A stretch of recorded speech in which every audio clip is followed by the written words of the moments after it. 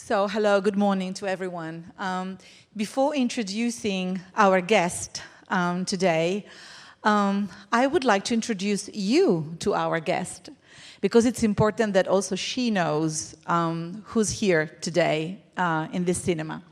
So, Elma, this is a very important audience, because in this audience, probably, who knows, in the future, there will be many filmmakers, screenplay writers, film critics, and who knows, people who like cinema, who would like to be more engaged in making cinema. I think we need your visions in the future. So I'm very excited, to have actually the future inside the cinema. And as I said before, when you're studying cinema and when you're studying, making films, editing, screenplay writing, whatever, it's very important to watch films on one side, and from the other side, it's important to listen to other experiences of people who have started exactly like you and who have established a very solid career. So I'm very honored and I'm very happy to have today Elma Tataragić.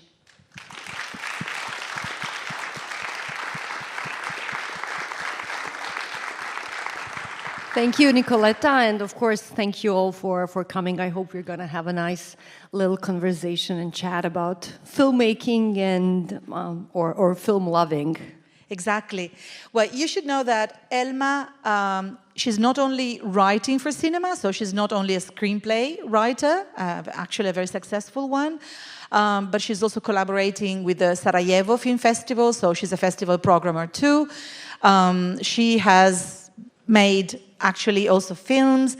We invited her short film a few years ago. I don't remember exactly the year. It was 2017, it was here. Okay. It premiered By the way, in this cinema? Yes, in this cinema. It was actually an international premiere. We had it previously shown in Bosnia, but not anywhere else. So I was happy when you invited me. I was like, okay, I'm not going to wait for any festival, and I'm just going to go and show the film here. Yes. And of course, she collaborates with many successful filmmakers that probably you know. So she has established like this very complex and round vision of cinema, and she really embodies all these abilities of making cinema, selecting films, writing about cinema, making cinema. So she's really a girl in cinema. Elma, I would like to start, as every year in our masterclasses, with a very simple question, but I think it's very useful.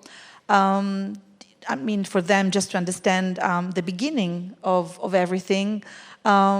When did you start your career? When did you think, even when you were very, very young, that you would be able to write about cinema? When did cinema enter your life?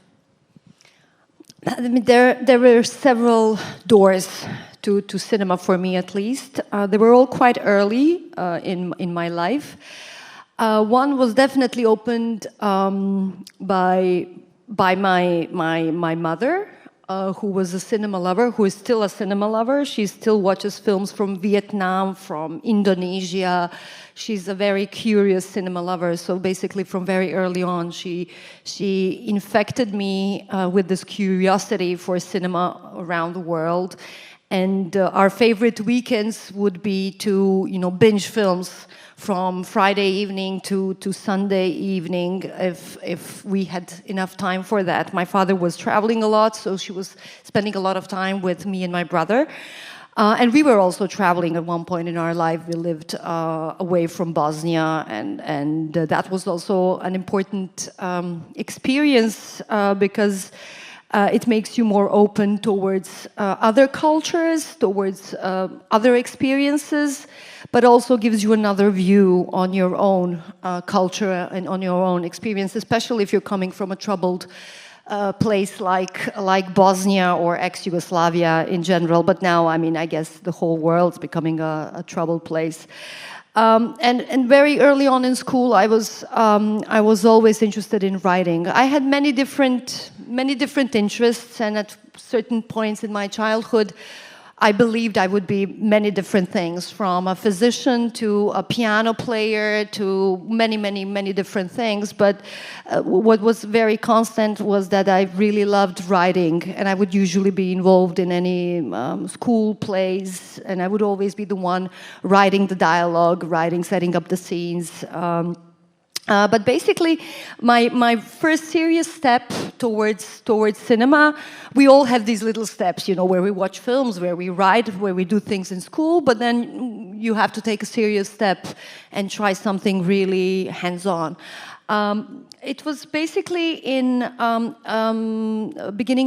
end of 93, 94, so it was in the middle of the war in Sarajevo, in the middle of the siege. There was this place which for me was imaginary heaven, and it was the first war cinema Apollo, which was organized and set up entirely by Obala Art Center, an association based in Sarajevo, who will later found Sarajevo Film Festival.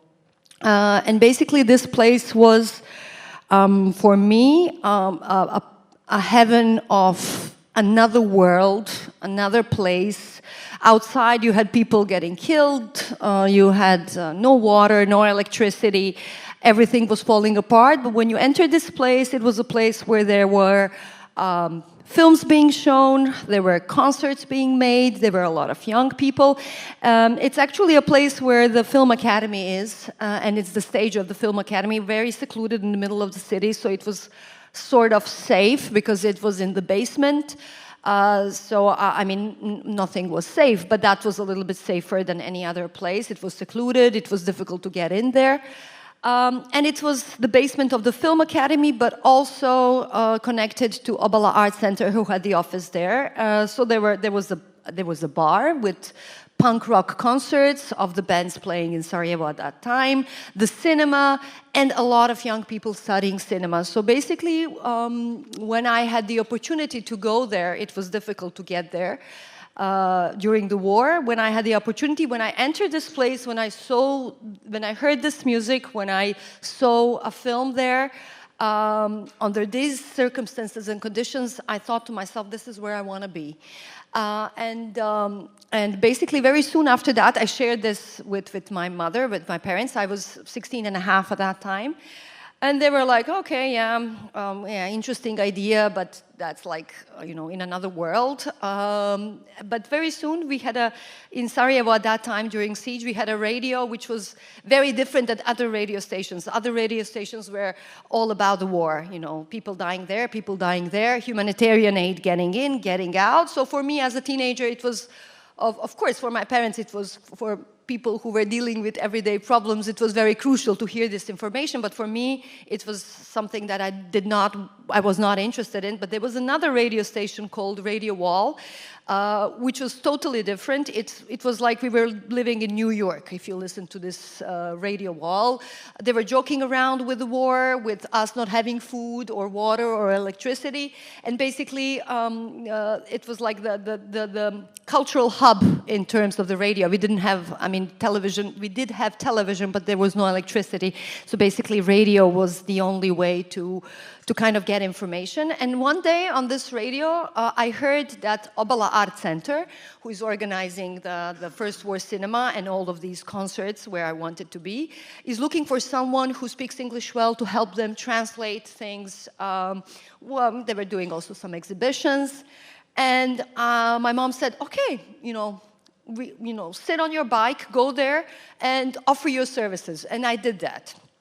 And basically, I translated something there. They gave me a piece of whatever text. I translated something very soon. They got back to me and they said, okay, you got the job. So I was finishing high school, and at the same time, I got the job to work at Obala Art Center to organize exhibitions, concerts, and the first war cinema. And that was basically my proper entry to the world of cinema. I never left Obala Art Center. I'm still with them. Years later, this was in the end of '93, so in '95 we started Sarajevo Film Festival. Very soon, already in '94, I became the junior editor for the cinema, and we were doing not only showing films that we could get our hands on, but we were also collaborating with different film festivals and different embassies. So we organized several times the review of Locarno Film Festival, the review of Edinburgh Film Festival, and it was actually amazing because the cinema was full all the time, even though it was dangerous. And I mean, you know, when you think about it, during the war, you would not imagine that people really want to go to cinema and that people would be hungry for culture. But actually, they are, because that is the place where they feel human and where they feel good about themselves and where they can have fun without feeling guilty of things happening outside. So it was really heaven on earth, this little piece where I very soon started to belong. And later on in '95, with the help of our friends who were coming during the siege of Sarajevo to present film programs or exhibitions, we started the film festival, which has now become one of the most important film festivals in the region.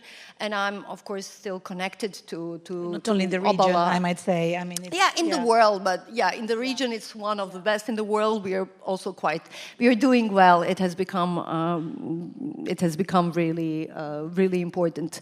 So that was my kind of a first step. But since I finished high school and then I took a little break. I was not interested in being a director.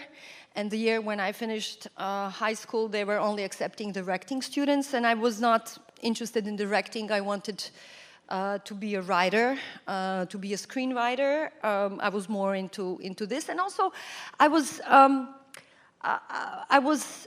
aware that my whole life everybody has been telling me that this is not possible. I was aware that I have many different interests and that writing is definitely one of them, but I was also very much interested in organizing cultural events. I really wanted to be part of the festival, and I loved watching films, and I loved showing and presenting filmmakers to the audience and being in this commotion of people coming and sharing their stories. And I remember always, there were also people from the festival at one point when I took the step and I decided to study dramaturgy. And also my professors, they were saying, but you have to decide, you have to decide whether you're going to be a writer, where you're going to do theater, or you're going to do film, or you're going to do television, or you're going to be a festival organizer. And I kind of did not, I felt, I don't know, probably, I felt probably a little bit confronted with this not having a possibility to choose, because I wanted to do it all, and I decided, okay, I'm not going to listen to them. I'm just going to follow my own instinct. I'm going to work for the festival. I'm going to do different things and try and see where it gets me. And it's actually not bad. So I think you should all, especially when you're young, and when you have, not only when you're young, it's being young is also about being curious. You can be curious when you're even in your 50s, so you can feel young. But you should do what you really want to do, and not be forced to choose, or not be forced to be shut down into doing only one thing, especially in cinema, and especially in today when we're all multitasking and doing many different things. Yeah, and well, this is very interesting, by the way, because I mean you started very early, at a very young age. So this is again, I mean, very very inspiring about this possibility, which which was concrete at that time. And why don't you tell us something about your first professional collaborations? Like, when this step, I mean, from passion into profession, really made itself more concrete and tangible? How did you step in this professional world as a screenplay writer? Yeah, it was through school, basically, because we in Sarajevo, at the Academy of Performing Arts, where I now teach screenwriting, In school, we had to do a lot of practical exercises, and we had to write a lot for theater, which was not my cup of tea, but I did some things in theater as well. And for film as well, and we had to collaborate with other students, acting students, directing students, and to help them also work on their practical work.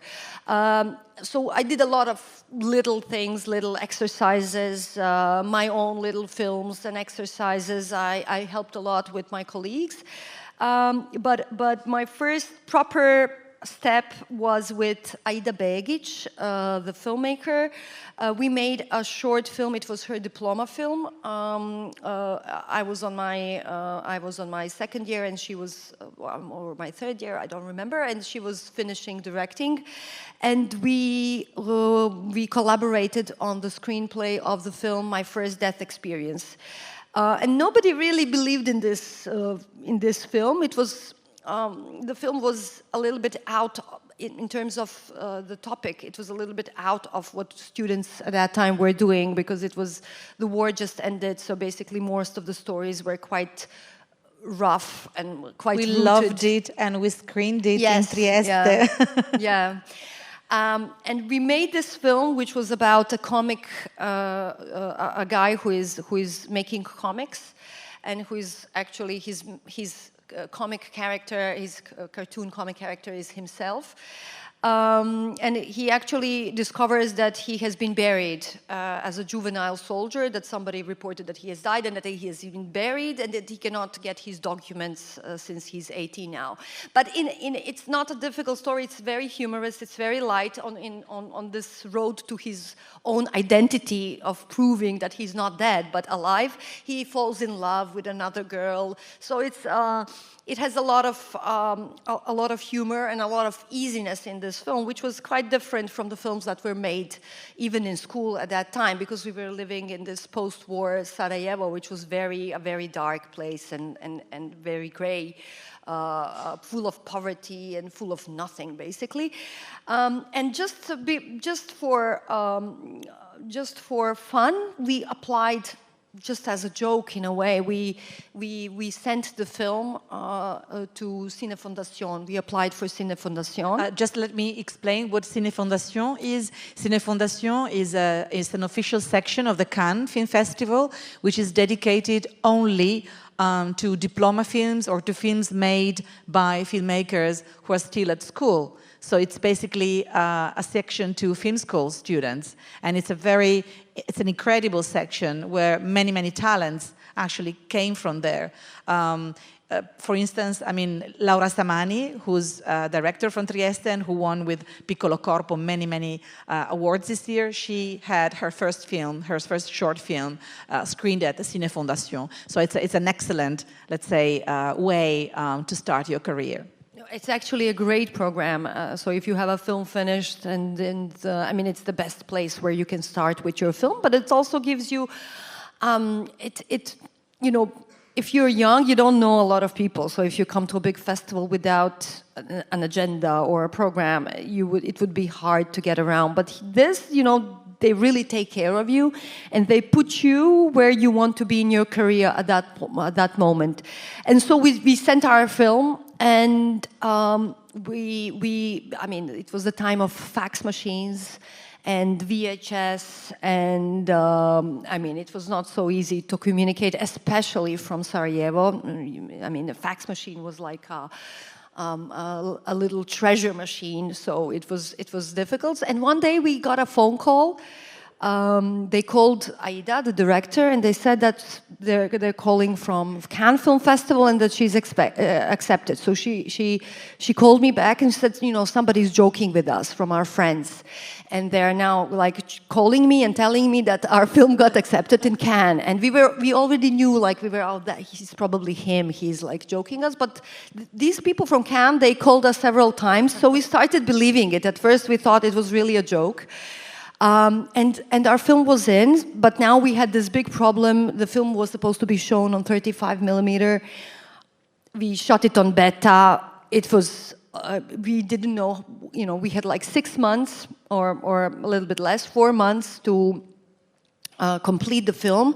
and to put it on 35 millimeter, which was something which did not exist in Bosnia. There were no labs, there were no production companies. And so then we called Marko Miller, who was coming to Sarajevo. He was one of the friends that I was collaborating with. He was director of Locarno Film Festival, and he came to Sarajevo in '94 in October, and he got stuck. The way that he came into Sarajevo got cut off when he was supposed to leave. So basically, he was stuck in Sarajevo for a month. And that's how we got, by talking to him on these 1 month of every night. You know, we had curfew every day in Sarajevo, every night. So basically by 10 o'clock you had to be at home or somewhere, but you couldn't get out until 6 o'clock in the morning. So we would sit in the office at 10 o'clock in the evening, have some food and some drinks, whatever we could find. And we would sit down, you know, a couple of us, including Marko Miller, and discuss things, watch films. I mean, it was horrible time, but also quite inspiring time. And that's where he said, oh, why don't you make a film festival? And we started dreaming about making the film festival in late 94, which then we did in 95. And basically then we called Marko Miller because he was the only person that we knew was kind of connected to cinema. And he was at that time involved in Benetton Cinema. In Fabrica. In Fabrica Cinema, Treviso. Fabrica is a research center in Treviso, so not far away from here, and it's still, of course, active. And it's a wonderful research center dedicated to all arts and it's a multimedia center, let's say, which involves graphic arts, fashion, cinema, videos, and many other disciplines. And he's been collaborating with them for many, many years. And he said, "Okay, I'll help you. You'll come to Italy. Let's finish the film there. Go back to editing because, of course, we had to do some things differently than on beta, which we made and re-edit it and do it on 35 millimeters. So we spent our team spent some time in Italy just before Cannes, and we went to Cannes, and that absolutely changed." Our professional position. From that time on, we basically kind of knew that which way are we going to go, even though, of course, it was not easy, even after that film. You know, it's just a short film, it's just a student film, and if you're coming from Bosnia with not many opportunities of getting finance for other films, but it gave us a frame. It showed us that it is possible, even if you're coming from a very God-forsaken place without any opportunities, that it is possible and that there are people who can believe in your story, in your world, and will want to be part of it, will want to collaborate. So basically this short film, which was very tiny, very small, was also a co-production at that very early on time. And from then on, I mean, basically all the films that I've been involved with were co-production. And most of the films that are coming from, not only from Bosnia, but from our part of the world are co-production. But it was a very, very important step. And we were I mean, it's a combination of, you know, bravery and, you know, craziness, you know, to believe that you can try something like Cannes and that you can get in, and then that you can, you know, even finish the film and meet the technical specification, which for us were like, you know, coming from another world. Yeah. So this was a very important step, I think, and gave us structure. And a little touch of craziness helps, I think, in this job. So, absolutely, yeah. I mean, if you don't believe in yourself, nobody will believe in you. Our professors, especially directing professors, and I'm not going to say the names because they're now my colleagues who I love very much, and things have changed, of course, when you are a student and when you're not a student. You know, you change your mind about people and you get to know people. But when we finished this film, the Aida's professors of directing, they buried it. They were really against this film. They were even like saying, oh, this is not good enough for a graduation work. So until we got into Cannes and until we got into all this process of getting the film to 35 millimeters, it was a question mark whether we would, you know, she would pass the exam. But later on, of course, when we got this verification from Cannes, it was totally different. So even if people don't believe in you, who are very close to you and who you somehow trust, you should And you should also, I mean, it's very difficult, especially for directors, but it's not impossible. That's why it's important to watch other films, and that's why it's important to listen to other people's, to other people's experiences, not what they think about your work, or not what you think about their work, even though this exchange is important, but to see how they did what they did, where they came from, how they approached certain topic, how they managed, how they went through a lot of obstacles, not only artistic obstacles, but technical obstacles, production obstacles, which are very difficult in our work, and they affect our artistic work as well. That's why it's important to be open and to listen to experiences, because these experiences will somehow make you become self-critical. I think self-criticism is something very healthy. I mean, it's not good if you're too self-critical and you think that everything you do is crap and you don't want to show it to anybody. You should be brave to show your things, you know. I usually, most of the time I tell to my students, you know, especially the directors, they spend a lot of time preparing, developing, and they're kind of afraid to go into shooting. Nobody died from a bad film. You know, if you see a bad film, it's just a bad film. Nobody's going to die. You're not going to pull somebody's heart out. So, you know, and if you are allowed to make mistakes, you know, when I look at my films, every film that I made, even the last one, which was in Venice just a few months ago, sometimes I'm like, oh my God, did I write this? You know, look at this character, what they're saying, this is horrible. But you have to be at a certain point, you have to open up and you have to share your work. So, I mean, hiding your work is not good, but also it's very important to build your own self-criticism. But you know, self-esteem as well, but self-criticism as well. It's something, it's contradictory, because you have self-esteem is something which can be helpful, but which can also be a killer. But self-criticism is something which is very healthy, but you can build that only if you're watching other people's films, if you're curious about other people's work, if you appreciate, you know, if you try to find something good in everything that you see, even though it's bad. That's how you will build your self-criticism, and you will be able to watch a piece of your film and see, okay, this is good because of that, but it's not good because of this. But okay, it's it, and I have to show it to the world, and I have to present it and listen to what other people will say. So I think these two things are very important together. And make you, they go together, even though they're a little bit contradictory, but they also will make you a filmmaker. Yeah. Well, and I think you've got to have a little bit of arrogance, I mean, to be a good filmmaker, because you will receive many no's and many doors shut at yourself. So you must have very solid shoulders, rocket shoulders, to be able also to to accept the no's and the refusals, and so a little bit of arrogance and a little bit of of courage, of self-esteem. I mean, helps. I mean, to live in this very, very difficult world. And now a very beautiful world as well. It is beautiful. It's an amazing world. Beautiful and cruel at the same time. I think. And now a little subversive question about your relationship with the academy, let's say with the schools, because I know that some people who make cinema, they go to school and then they learn a lot, and then they might want to accept or reject what they have learned, and they go on with their own cinema, with their own mind, with their own feelings and thoughts and etc.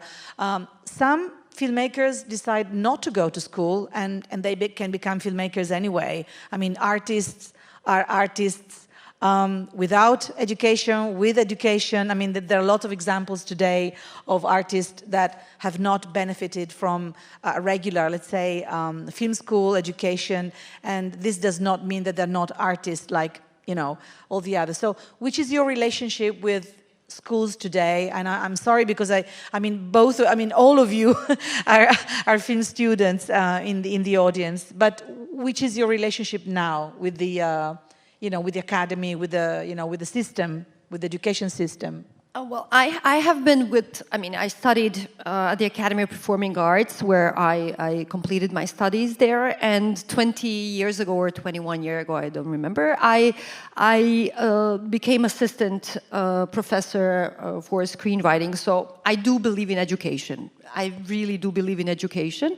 But also, on the other hand, it's for cinema, it's not crucial. As you said, you can be a filmmaker without having one day of film school, and that's totally fine. There are a lot of very successful filmmakers who never went through a film school, who taught themselves filmmaking in a different way. But it also depends from school to school and how the school is structured, who is the faculty, and also it depends on whether it's a practical school or not very much practical schools. There are many different approaches to film education. But for example, in Sarajevo, at our film school, the professors are, Aida Begić is now the professor, I myself, Srđan Vuletić, Pierre Žalica, Danis Stanović was teaching until a few years ago. So it's basically, we have a lot of very active filmmakers who are making films, television series, and who are really coming from the practical side of the professions. I'm now just mentioning some directors, but there are also producers like Amra Bakšićamo, Jovan Marjanović, who are really people from the industry and who really are working on a practical side of the things. I know that in some schools there are a lot of professors who didn't make any film and they're teaching film. That's also something different. But I really believe in education. I think a proper film school, a good film school, can give you a structure, can offer you with tools. It can nurture your talent, it can detect your talent, and can nurture it in a proper way and give you tools that you might find difficult to find on your own if you are a young person trying to do cinema. So a proper school, I think it can kind of be a good guideline, but it's absolutely, I understand, it's not necessary. But I myself, I do believe in this structure and in education. I do believe in this. Also, I think it's why schools, at least for me when I was young, but I believe also for you, in schools you meet your colleagues, at a very young age, and you get these relationships that will last forever. Yes. And you meet, young producers, young actors, young writers, young directors. You're all together, and you're young, and you have this platform where you can try things out. Where you can experiment and you can fail without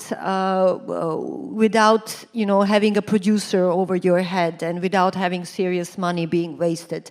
So it's a good opportunity, to start. It's like, baby steps, you go get up and you fall down, and it's fine. It's a safe place in a way. It can be a safe place. It can also be very toxic, and for some people it just doesn't work. And most of the students, at least when I was young, but I know with my own students, when they get to the fourth year, they're very tired of the school and of the structure and of different kind of exercises that they must do, that they want to be free to do things on their own, which I guess it's also fine. Yeah.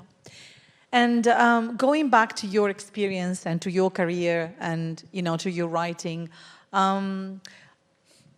we can see there are many names who recur in your life, many collaborations that actually indicate a certain great degree of loyalty and of close relationship and close collaboration. For instance, I know that you have collaborated many times with Aida Begić, as you said, and also with Teona Mitevska. I know that you are engaging now with a new project, but okay, we're not going to talk about this new project. So is it important for you to collaborate with the same people? Is it something natural that came up because you need also to get to know the filmmaker you are collaborating with, so there's a sort of continuity? Is it friendship? What is it like? It also depends on on the approach and how you want your filmography to look like, or whether you're in a position to choose how your filmography will look like. I never wanted to be involved in writing something that I did not feel connected to. And there were a lot of projects that I just didn't feel like working with. I also rejected also some filmmakers, some directors who I did not trust as filmmakers. But I had this. It's not only luxury; it's also courage. So it's a combination of luxury and courage. I remember when I just completed film school, I did not have a job, and I did not have any money, and it was almost impossible to make films. There were no film funds, and I got a job offer from television of Bosnia and Herzegovina to be the film editor of their film program, which was like a dream job.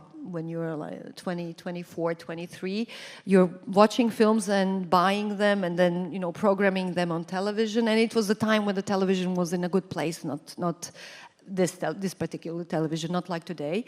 And I was very excited about this job, and I accepted it. But I managed to stay on this job for 10 days. Because on the 5th day, I felt so bad that I had to get up in the morning. Not about getting up in the morning, but I had to go to the office, and there was a lot of bureaucracy. There were these people, there was this building, and I felt like an alien. And, on the first day when I was very enthusiastic, until the 5th day and until the 10th day, I felt horrible. And I came back home and I said to my boyfriend, who is my husband now, I said, I cannot do this. It's a dream job. It's something that it will bring me a salary, and we did not have any money. He had a job, but it was nothing. And he said, resign, you did not study something creative to be miserable at this job. Resign, who cares about the money? And I resigned. I went tomorrow to this job. I went to the director. I said, I resign. And he was like, are you kidding? I said, no, I cannot do this. And from that moment, I knew that I will never accept, I would rather clean houses, because that's more fulfilling than doing a job which is close to you but not close to you. So basically, I decided very early that I will, if I can, I will choose the projects that I'm involved with, and that I will only work on something which I have a gut feeling about and which I have a passion about. So basically, very early I started working with Aida Begić. We were studying together, and then we did another short film. We were trying to do one documentary. We did a fiction film, which ended up in Cannes, which won an award. So we are now working together at the film school. We are very close, even though we are not making films together, but we have remained very close to each other, and we have remained very good friends. And one of the filmmakers that are also important in my professional career is Teona Mitevska. It's much easier when you work with somebody for a long time. I mean, this is also, a matter of luck and a matter of magic. But it's much easier because if you are approaching a film project from passion, and if you are really very passionate about what you want to say by your films, you are very close to the person you work with. And in the writing process, it's a very strange process because it's it's very important for filmmaking, but once the film is made, the screenwriter is almost forgotten. At the film festivals, there are a lot of film festivals which in the catalog don't even mention screenplay, which is a very absurd thing, and it's also very difficult to deal with when you're young, because you are like working for 5 years on a feature film, you're writing your ass out. It's indeed a very odd thing. I mean, yeah, it's not fair, of course. No. I mean, it's not fair. With Teona, I think I have this quite strong relationship. We have known each other before we started making films. As I am a programmer for Sarajevo Film Festival. I started programming films from the region in 98, 99 when I was 22. And Teona made a short film and I invited her. I didn't know her at that time, and Labina, the producer, her sister. And we met there in 2000 in Sarajevo when they were there with their short films. And I have been watching and following their career, reading their scripts before we started collaborating. And we started collaborating by a pure chance. You know, sometimes a person who is your soulmate somehow is in front of your eyes, but you don't see them at first. It takes years. At one workshop in Bitola, at another film festival, I was holding a workshop in screenwriting, and Labina was the director of that festival at that time, and Teona was there. I don't know if she was presenting a film or she was having a masterclass. In the morning, we were having breakfast, and we read a story in the newspapers about a group of boys who were 17-year-old who were found dead on the lake after having a drunken night. And it was a big political thing because the boys were Macedonian, North Macedonian now. But the guy who found them was Albanian, and then Albanians were accused of murdering the boys without any proof, because of course, you know, political tension, and it was easy to blame the Albanians. And we thought it was an interesting story because it was also talking about this lost youth, which often happens in these political circumstances in the places where there is a lot of political turmoil. It's difficult to be 17-year-old. It's difficult to find your own place when you see your parents struggling, not having enough money, when you see the world around you collapsing. It's very difficult to become a proper human being. And we sort of, since we liked the story, we started just working on it and writing it back and forth between ourselves. And then when we made a draft, then Teona at that time was living, she's still living, now she's living in Brussels, but she was living in a village in Belgium. I decided to go there, so we spent some time, a couple of days, to work on a new draft. And that's how, just by pure chance, our collaboration after 14 years of knowing each other basically kicked off. And since then, we have been working on non-stop, and we usually have, you know, when we finish one project, we already have maybe the 10th version of the next one, the 10th version of the draft of the next one, and we always have 3 more. I mean, sometimes nothing happens. We made 3-4 films so far. We are working on the next one, and I think we have written about 10 films so far together that will never become films. You know, you also in this work you have to be aware of the fact that, you know, if you're lucky, 1 out of your 4th screenplay will see the light, and others will be just an experience of writing and learning about yourself. But it's an important experience. I think writing is, you know, it's also practicing your muscle, you know, your brain and also your hands. And also, you know, you should not, I mean, writing is writing, it's not thinking. Yeah. Thinking is something that you can do, you know, when you sleep. But you have to sit down and write. And writing, you know, and produce every day, 1 scene, 2 scenes, 10 pages, depends on how you want to approach it. But it's important to write. And it's nothing shocking that you have 5 scripts and only 1 is made. It's normal. So Teona and me, we are now finishing, I think, 15th or 16th draft of Mother Teresa project. We have already three stories that have been killed by a producer saying they're crap. And we are now working on 2 new. We don't know what they'll say about that. You know, it's possible that they will say, oh my God, what are you doing? Who knows? Before leaving some space for the questions, I mean, from the audience, I have one last question. You have worked with many filmmakers, well, not many, but I mean, with a few filmmakers, and mostly of them, apart from Misha Terzic, and they're women. Is there anything Misha Terzic. And apart from Misha, I mean, who's a man. Well, he also has a woman inside, you know. Probably, actually. I mean, especially his female, I mean, characters. But most of your collaborators are women. Did you feel like more connected with women? Is there anything that we could define like a female gaze, a woman touch? Because there's a lot of, you know, theories and also, I mean, in novel, for instance, about a possible women gaze, women way of writing, women look at the world. I'm still struggling with this thing. I mean, I'm not sure that a woman or man's gaze exist. It's a food for thought, of course. And so I was wondering if you have this, if you think that working with a woman makes things different or not. When I was starting, there were not a lot of women in cinema, at least not in Bosnia, not in the region. We basically, until '92, in Bosnian cinema, in the history of Bosnian cinema, there was only one female filmmaker who made 2 feature films in the '80s.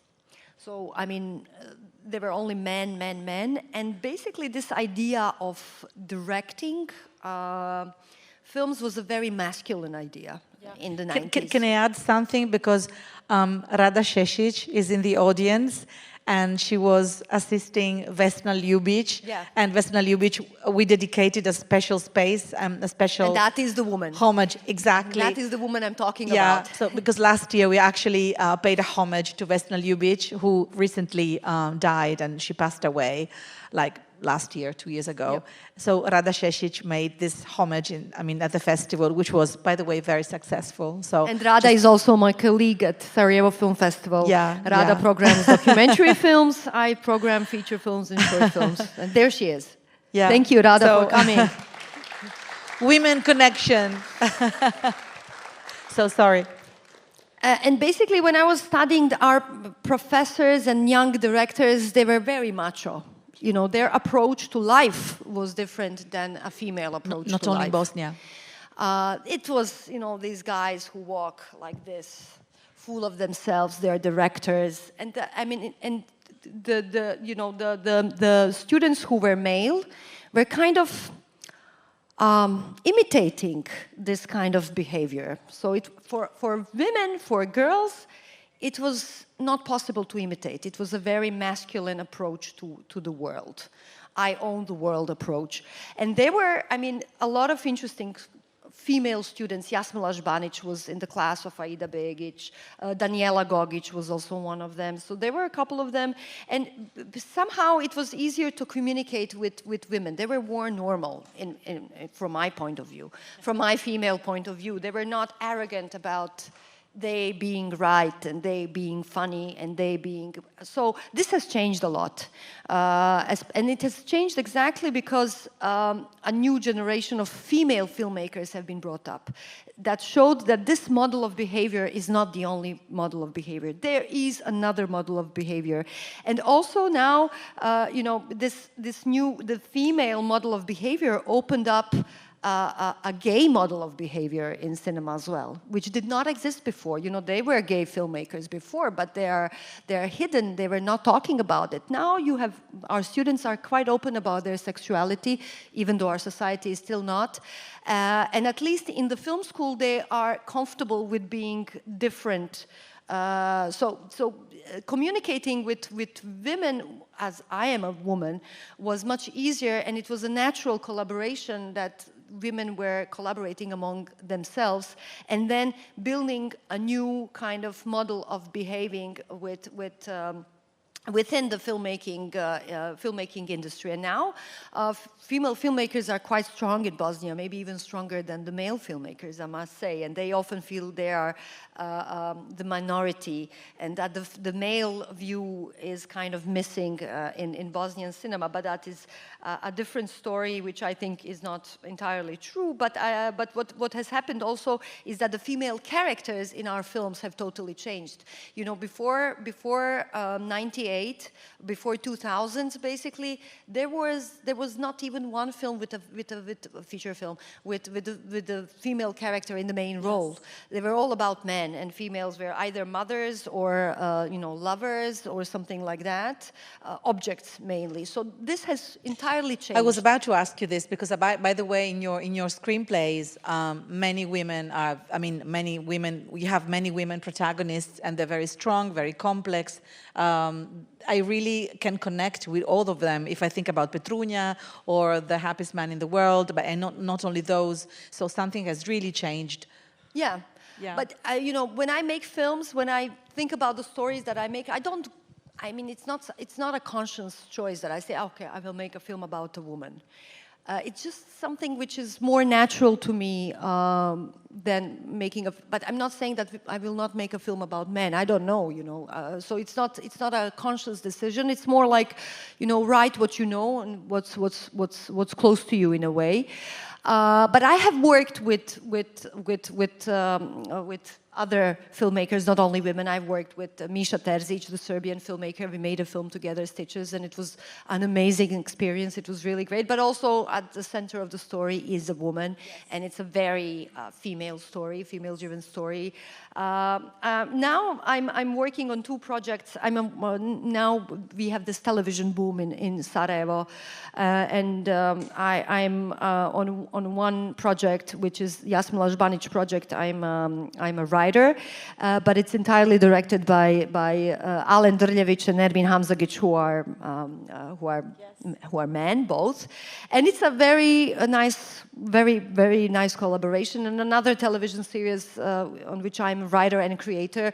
Also, I have a colleague, Alen Šimić, who is my former student as well, who is directing, and we have a beautiful. I think things have changed. This masculinity has become much softer than it was 30 years ago when we were starting out as filmmakers, and which shows that everything is, everything can change, which is always something good. Yes. So I think it's time for some questions from the audience. I think you have given a whole landscape of your life, of your professional life, and how you started and how you developed yourself into a skilled screenplay writer. So any questions from the audience? This is the right moment. Okay, the microphone. Hi, I'm Julia. I saw your film the other day, The Happiest Man in the World, and so I was wondering if you could say that your writing process is different when you're writing about like a real life story or when it's about your personal life, if you felt like you had to detach in a way, or if you just like more rely on the help of Tiona. Thank you.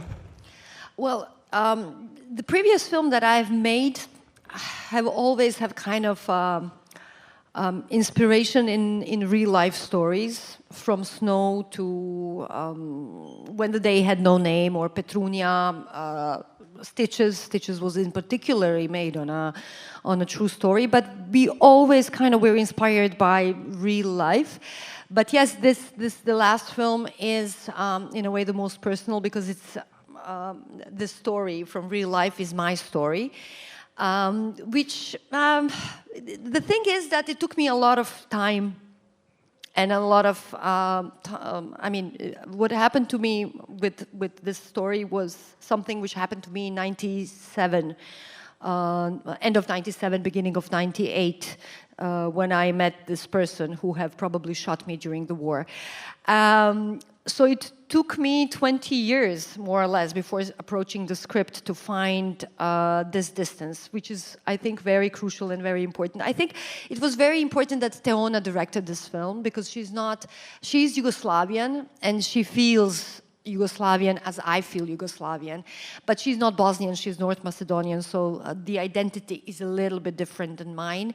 And of course, she has this very required distance for this film to remain what we wanted it to be. We wanted this to be not a war film, but an anti-war film, a very strong anti-war film, which does not talk about who is guilty, who is to blame, but talks about the possibility of forgiveness. And I think Teona's gaze was very important. In terms of writing, what was very crucial for us was to find the right setting to show to put the film in, to find the right context. We did not want the context to be a war context. We wanted to be something very contemporary and something very different than the war itself. And it took us quite some time to find the context of this speed dating, of, to gather this group of people, of 30 people who are looking for love, and then to point the story into one direction and to reveal their past as their common past and their history of people who went through a war. The experience of war is very strong. For me, it was the strongest experience that I had in my life, stronger than anything that I have experienced. I don't wish any of you ever experience this. It's a totally unnecessary experience. But if you go through it, you have to find, even some good pieces from it, and you have to find some ideas or some hope for the future. But to be in a war, it's like to get a disease from which you can never be cured of. And you can have, you can live on and you can see the world on, but on some medications, but this infection of war will always remain with you. And I wanted this feeling to be present in the film very much, but I didn't want it to be the only thing present, because it's not true. If you go to Sarajevo, if you go to any place where there is war or where there had been war, you will see that people live normally every day. Even during the war, they live normally. They wake up, they brush teeth, they eat, they, read a book. People live the same in most of the places in the world, but this experience of war, it's changing your point of view and it's changing your soul in a way. It's making you a different person. And even though, we don't talk about war in our everyday life, it comes up it comes up on everyday basis. And I wanted this feeling of war infection to be present in the script and in the film, but I did not want it to be pathetic. I did not want to leave the audience like in a desperate state. I wanted to have a resolution. Wars usually don't have a resolution, but I wanted the film to have a resolution for the main characters. Any other questions? Here. Hi. Hello. Hello there. I want to ask you about something that you said before. You were talking about writing every day, depending on what your long-term objective is. And I was wondering, how do you approach this task? Like, when writing about characters? I mean, are the two things separate when you're writing the script, the plot, or writing the character? I mean, how do you approach this different task of screenwriting? Well, everybody has... one of the very important things for a writer is to get to know themselves well and to get to know how they work and what's the best for them. And that takes some time and takes some years. So I think it's very different for everybody. And I don't think there is one recipe which you can follow. But in my case, if I have an idea of a story, I write it down. I write it down as soon as possible when it's very raw. Because I think in this raw material, there is always something hidden something very, hot, something very sexy, if you wanted to say like that, something very attractive. But sometimes during the process, when you're kind of developing it, when you're putting it into characters, into ideas, into themes, you might kill it. So I think for me, it's very important to write the idea down, even if it's one sentence or if it's 3 sentences, or sometimes it's longer. So I can keep this flame on paper. I can go back to it and remind myself what I wanted to say at the very beginning when this idea was so hot, when it was not processed by some rational ideas of how the script should look like. And basically, I slowly kind of like making a pizza dough, I spread it around, and then I sit down and write the screenplay. Sometimes I do write a treatment, but I'm not a big fan. I mean, my writing doesn't somehow bear the treatments. Even though with my students I do go through the treatments, but for me treatments don't really work. I write a long synopsis on 2, 3, 4, 5, sometimes 8 pages, depends on what takes me, and then I move into writing the scenes and writing the script. But if I start writing the script, I make a deadline. I love making deadlines to myself. Probably it's my character. I don't want, if I say, okay, today is the 1st of February and I'm starting the script, it needs to be ready by February 15th, the first draft. It needs to be fast, like I'm usually, not even 10 days, I usually write the script in 5 days, the first draft. Because I want the ideas, I want to keep my mind busy and to be working on it, and thinking about it and dreaming about it. I dream a lot about my stories. And sometimes I always have a paper and a pen beside my bed, so I can, I wake up and I have a solution for the character which I was like banging my hand on the previous day, and I didn't know where I will send the character to do this, and then I get this idea overnight and I write it down. But I prefer to write it quickly and then to take some time off, and then read it after a week or 10 days when it's kind of settled down, and then I say, oh my God, this is totally crap, or oh, this is interesting. And since I collaborate a lot with filmmakers, with the directors, before I was kind of afraid to send early drafts. It was like, okay, attach it, and then, oh, no, I will do it in 1 hour. Oh, no, I will do it in 3 hours. Now I'm not. I'm like, okay, they read it, and then they will tell me what they think. And anyways, it's just the first draft. So now with this experience, I have become braver.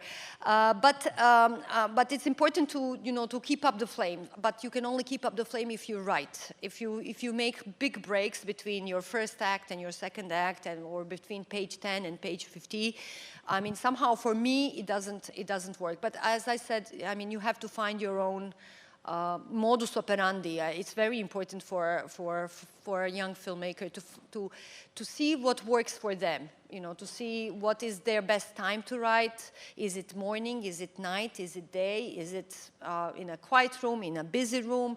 On a computer? Or paper and pen. It's really important, but it's important to write. It's an exercise, really. And I often, if I have an idea, I often write a script in 5 days, and sometimes when I read it after 7 days, it's crap. I don't even bother to send it around. It just remains like, okay, my own thing and my own exercise for myself. We have another question here. Hello, my name is Daniel from New Bulgarian University, and you managed to actually answer my question. So another question I have is, what are the main issues that you face when pitching an idea for a script? And also, do you know what producers are actually looking for sometimes when they greenlight certain scripts and ideas? In my experience, it's always something personal and catchy. So if you're pitching, I mean, it's not about the story itself in detail. I mean, details you can't pitch. I mean, it's impossible to pitch details. But if it's something personal and catchy, for example, when we were working on Snow, it was our first feature film by Aida Begić, the one we made in 2008, and which ended up in Cannes and won the award, and it went to hundreds film festival. It was a very strong experience. It took us 7 years to make this film, from the first draft until the end of the film, until the premiere. And we were doing a lot of pitchings because we were supposed to find the producers, the co-producers. So we were traveling around like salespersons and selling our story. And it took us some time to find. It's a story about a village where in '98 in eastern Bosnia, where only women come back. Their men were taken away and they were killed, but they are still hoping that the men were not killed. So they're coming back to their home, hoping that their men will return, fathers, sons. In the middle of the film, another man comes and offers them to sell the village to make something else there, which is like, which could save them because they're in the middle of nowhere. They have kids, they have to send them to school, they're stuck when it snows. So it's a dilemma, and it took us some time to find the proper pitch. And at one point we said, our film is like Clash. Should I stay or should I go? It's a question that we have been asking ourselves forever. And everybody, everybody in this room have asked themselves this question: should I stay or should I go? Should I stay in my hometown or should I go? It's a very, very, very universal question. So I think it's important to find this universal question to a very local or personal story, which is very yours, but it has to communicate with the producers. And you will find, if you are lucky and you're selected for a film market, you will have 100 meetings, but only 2 or 3 will be good. And it's not something to be worried about. You will see, we had meetings, we were sitting and we were so passionate about our film, like trying our best to pitch the story and to be full of energy and and you will see in their eyes, they're not listening to you, you lost them. They don't care about your story. It's something you should not be discouraged about. It's, 1 in 10 meetings will be good, and that's it. 1 in 10 people will stay with you, and that's also good. I remember when we were in Cannes at Atelier du Cinéma with Snow, we were selected for this market on the first year when they had this market, and it was actually thanks to the fact that we had the film in Cine Fondazione. And then we were also pitching the story in Thessaloniki, where Gerge from Cine Fondazione saw us and said, "Oh, you have to come back to Cannes." I remember when we were pitching this. We had hundreds of meetings. Only 3 people were interested, and basically these 3 people stayed with the projects and they became our co-producers. And I remember one Bosnian director and producer, Ademir Kenović, was there that year, and he has a lot of experience in producing and directing. And he's a very clever guy, very charming and very clever. And we would come back from this whole day of pitching and we would say, "Oh, anything new?" And we would say, "No, they don't care about our story. But did they tell you yes or no, or maybe?" And he said, "Oh, this one said no, this one said no, this one said no." He said, "No is a great answer, because you know that it's a no. Maybe is a strange answer because you have to wait. Yes is the best answer, but no is a very good answer." And I always remember this, because when I get a no from a film festival with a film, because you get a lot of no's, you send the film to Cannes and they say no, and then you send your new projects to this market, they say no, and then you send to a film fund and they say no. No is a good answer. It means that you have to be better, and it also means that this person is not for you. So it's a lot of no's that you have to get used to, but it shouldn't bother you. It's like Beckett, fail again, fail better. Yes. Yeah. So any other questions over Isidora. My name is Isidora Ratković. I come from Sarajevo. Elma used to be my screenwriting professor. She still is my screenwriting professor. My question is about the connection of screenwriting and directing to you. And since you directed one of your short films that you also wrote, what was your experience, like how you transformed your script when you were directing it? How many of the things changed? And how much do you believe in changing scripts during the shooting, or are you very strict about it staying the same? And also about working with other directors, like, do your scripts change during the process of filmmaking? Thank you. With both Aida, Teona, Misha, and both, all. I was quite involved in the casting as well. And all of these directors like to rehearse. They have their first approach to when they get a script, when they get the actors, and when they have, like, okay, let's say the final version of the script, even though I don't believe there is anything as a final version of a script, which is partially the answer to your question as well. They like to rehearse, so we do rehearse like in theater, and we go through the script. And for me, this is very important. For me, this is actually when we do this, I don't have to go to the shooting at all, because this is when I do the shooting version of the script with the director and with the actors, because sometimes you write the dialogue and it just doesn't work with a particular actor or actress. You have to change it, and the scene doesn't function, and they also, you know, they contribute. I really believe that, and this is something with film in particular, it's a collective work, and there are a lot of artists involved, and you have to respect them, not because you have to respect them, but because they are all gathered around the film. They're not gathered around you or your story. They're gathered around a future film, and they all want the future film to be the best. Of course, the person who is the leader in this process is the director, absolutely, and it's the person who takes on the final decisions. But it doesn't mean that other opinions are disregarded.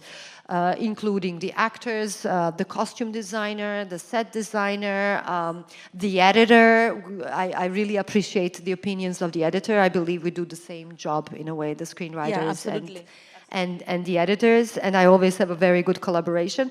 But I've been lucky to work with the filmmakers, with the directors who are aware of the fact that we have to work on the script more after we think we have finished it and after we have financed it. So basically, I spend a lot of time with actors when we're rehearsing, and it's then that we make the shooting version of the script, which of course sometimes changes during the shooting, but not much. Because we have already gone through the things with the actors. My directing experience, I mean, I did a short film, and I'm now preparing another short film. I like to direct short films, and with the short films I do whatever I hate to do with the feature films, and whatever I sometimes criticize my students with, like the voiceovers and the memory, and I like to put this in the short films to experiment with it.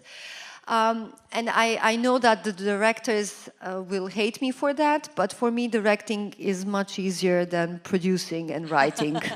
I know that it's not a popular thing. I remember when I said this to my colleague, a guy who I work with, who is a director.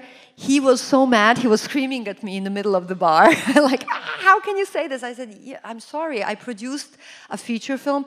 It was hell, it's very difficult to produce. It's really like the hardest job in the business is producing. So you see, I produced a feature film, I directed a short, and I still plan to direct a short, and I also produced some other short films. And for me that was very important to try all of this, is because to sometimes, you know, because it's art, sometimes you get infatuated by your own work and you think that is the most important, and that's hard. But it's not true. Every job is very difficult and very hard, and in every of these positions there is ego. People are struggling with it. So for me, personally, producing was the most difficult thing that I had to do. This responsibility about the entire production, about the money, but also getting the project on the right track, and you know, not to say no to something which is very important for the creative part. For me, that was difficult. Directing was basically more, I mean, directing already somehow starts with the script. And that's why I think with Teona, for example, and with Aida as well, you know, when I was writing the script, and when they were writing with me, they were already somehow directing it, and their questions were coming from this part of mise en scène, when they said, "But how will I shoot it? You know, you're putting this character here, and then this character. Well, I mean, you're writing it like this. How do you imagine me to shoot this?" So we are already discussing the way that they will direct when we are writing the script. So that's why I think this collaboration between the writer and the director is very important and very, very crucial. And I think if it's the right pair, it's really great.